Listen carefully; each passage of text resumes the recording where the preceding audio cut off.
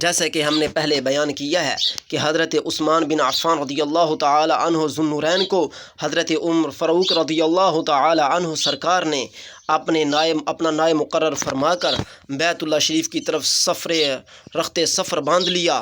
حضرت عمر رضی اللہ تعالی عنہ ایک بالکل مٹی رنگ کی خاص تری رنگ کی ایک اونٹنی پر سوار ہوئے اور مدینہ الرسول سے قبلہ اول کی طرف چل دیے۔ ہر روز صبح کے وقت آپ کشکول کھول کر سامنے رکھ لیتے اور ساتھیوں کے ساتھ مل کر کھانا کھاتے۔ سفر دیکھیے کیسا ہے، حضرت عمر فاروق رضی اللہ تعالی عنہ کا سفر مبارک دیکھیے کہ جس وقت آپ چل رہے تھے تو آپ نے اپنی اونٹنی پر 2 تھیلے لٹکا رکھے تھے۔ ایک تھیلے میں ستو تھے، دوسرے تھیلے میں کھجوریں تھیں، سامنے پانی کا ایک مشکیزہ تھا۔ سبحان اللہ، زاد راہ دیکھیے، واہ واہ اے امت کے عمر، تیرا زاد راہ بھی کیسا ہے۔ دنیا کائنات ختم ہو سکتی ہے، عمر تیرے جیسا پیدا نہیں ہو سکتا۔ ایک کشکول میں دیگر راہ زاد راہ تھا۔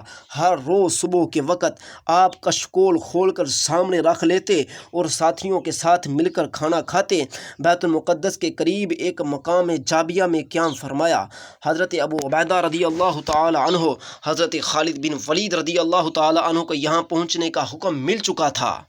حضرت ابو عبیدہ بھی پہنچ چکے تھے، خالد بن ولید رضی اللہ تعالی عنہ بھی وہاں پر پہنچ چکے تھے اور وہ پہلے سے وہاں موجود تھے۔ بیت المقدس میں جب حضرت عمر رضی اللہ تعالی عنہ کے آنے کی خبر پہنچی تو ارطون تھوڑی سی فوج لے کر مصر کی طرف بھاگ گیا اور سغرونیوس نے جو اب اکیلا رہ گیا تھا، سغرونیوس جس کا ہم نے سفرونیوس بلکہ جس کا پہلے ہم نے آپ کو پچھلی بات میں بیان کیا تھا، ماقبل بتایا تھا کہ سفرونیوس پادری کی وجہ سے یہ صلح طے پا رہی تھی، صلح کا اس نے پیغام بھیجا۔ اور وہ جو بہت بڑا پھرتا تھا ارطون تو حضرت عمر رضی اللہ تعالی عنہ کا نام سن کر ہی وہاں سے بھاگ گیا تھا۔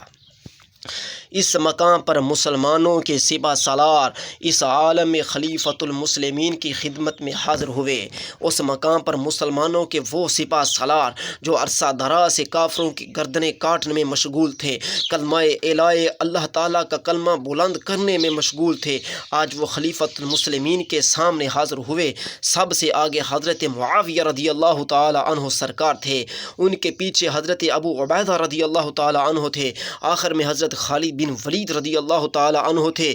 جس وقت حضرت عمر رضی اللہ تعالی عنہ کی نگاہ مبارک ان کی پوشاکوں پر نگاہیں پڑی تو شاہی کپڑوں میں وہ ملبوس تھے۔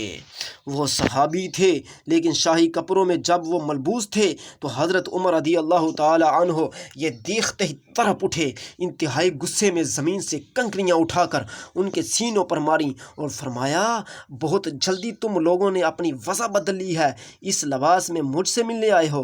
کیا 2 ہی برس میں 2 سالوں میں تم اپنے آپ سے باہر ہو گئے ہو؟ کیا صرف ابھی 2 سال ہوئے ہیں کہ تمہیں میں نے اس طرف بھیجا اور تم اپنے آپ سے باہر ہو گئے ہو؟ اگر 200 برس تمہاری یہ حالت رہی تو اللہ تعالیٰ تم لوگوں سے تمہاری حکومت چھین کر اوروں کو دے دے گا۔ فوج کے سرداروں نے اپنی لہراتی ہوئی عبائیں اٹھا کر وہ ہتھیار دکھائے۔ اب جب حضرت عمر رضی اللہ تعالی عنہ کی اس قدر سختی سنی تو حضرت امیر معاویہ، حضرت خالد بن ولید، حضرت دیگر اصحاب رسول ابو عبیدہ رضی اللہ تعالی عنہ سرکار، ان تمام حضرات نے اپنی عبائیں اٹھا دیں اور وہ نیچے دیکھا کہ ہتھیار پہنے ہوئے تھے جو انہوں نے جسم پر لگا رکھے تھے۔ اس پر حضرت عمر رضی اللہ تعالی عنہ کا غصہ قدرے کم ہو گیا۔ کیوں نہ ہوتا کہ عمر سمجھ گئے کہ یہ عبائیں جو پہنی ہے یہ اجمی بے غیرتوں کو دکھانے کے لیے پہنی ہے، ان کے اندر اس بات کو شامل کرنے کے لیے پہنی ہے کہ اگر تم لوگ کسی کو عزت اس لیے دیتے ہو کہ وہ اچھے قمیص و کرتا پہنتا ہے، وہ اچھے لباس میں مشغول ہے، تو دیکھو ہم بھی ایسا کر سکتے ہیں، مگر تمہیں اس بات پر اتفاق کرنا چاہیے کہ خون ریزی بیت المقدس میں نہیں ہونی چاہیے۔ ہم تمہیں وہ روب دبدبہ دکھا سکتے ہیں جو 2 روب و دبدبہ تم رومیوں کا دیکھتے رہے ہو، جو کسر و کسرا کا دیکھتے رہے ہو، لیکن ہمارا وہ روب دبدبہ تمہیں دکھانے کے لیے ہوگا صرف اور صرف ہمارے اوزار، ہمارے ہتھیار ہمارے جسموں پر لٹکے ہوں گے اور ان جسموں کے اوپر ہم وہ عبائیں پہنیں گے تاکہ ہم یہ ثابت کر دیں کہ وہ عبائیں ہم دنیا کے لیے نہیں پہنتے، ہم وہ کرتا و لباس دنیا کے لیے نہیں پہنتے، ہم تو وہ کرتا و لباس فقط تمہارے اوپر روب دبا بنانے کے لیے کہ تم یہ سمجھو نا کہ عرب جو ہیں وہ فقط و فقیری کی حالت میں رہنا پسند کرتے ہیں۔